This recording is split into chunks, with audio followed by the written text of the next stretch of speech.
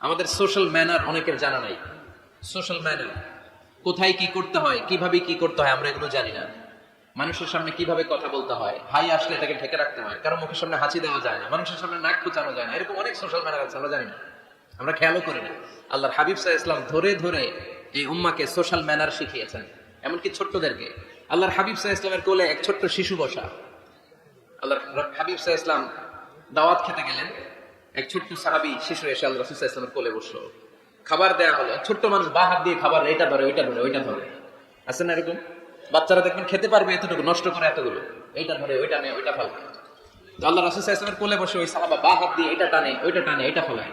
আল্লাহ রাসূল সাল্লাল্লাহু আলাইহি ওয়াসাল্লাম বললেন, ইয়া গোলাম, এই পিচ্চি, এই বাচ্চা, সাম্মিল্লাহ, তুমি যে হাত দিয়ে খাবার টানতেছো বিসমিল্লাহ বলছো, আগে বিসমিল্লাহ বলো। কুল বিয়ামিনিক, ডান হাতে খাও। বিসমিল্লাহ বলো, কুল বিয়ামিনিক, ডান হাতে খাও। ওয়া কুল মিম্মা ইয়ালিক, তোমার সামনে যেটা আছে ওইটা খাও। এরকম টানা হিচড়ে করুন। ওই সাহাবী বলেন, এই যে তিনটা কথা, তিনটা গাইডলাইন আল্লাহর হাবিব সাল্লাল্লাহু আলাইহি ওয়াসাল্লাম খাওয়ার আগে আমাকে দিয়েছিলেন, আমি মরার আগ পর্যন্ত এই গাইডলাইনের বাইরে কোনোদিন খাই নাই।